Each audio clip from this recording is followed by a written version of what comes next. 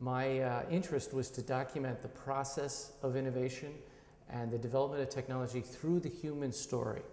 For the 15 years that I was in Silicon Valley, from 1985 to 2000, everything that existed that was analog became digital.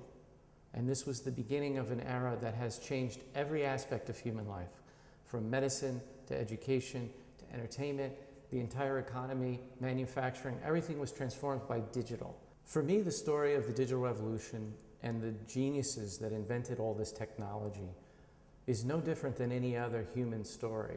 My last book was on AIDS orphans in Uganda who transformed their lives through education.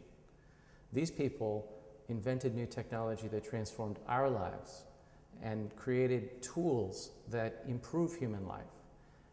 They also created more jobs and wealth than any time in human history. It was quite extraordinary. And we knew something was coming. We knew that these people were changing things, and they knew it. It was a very, very exciting time.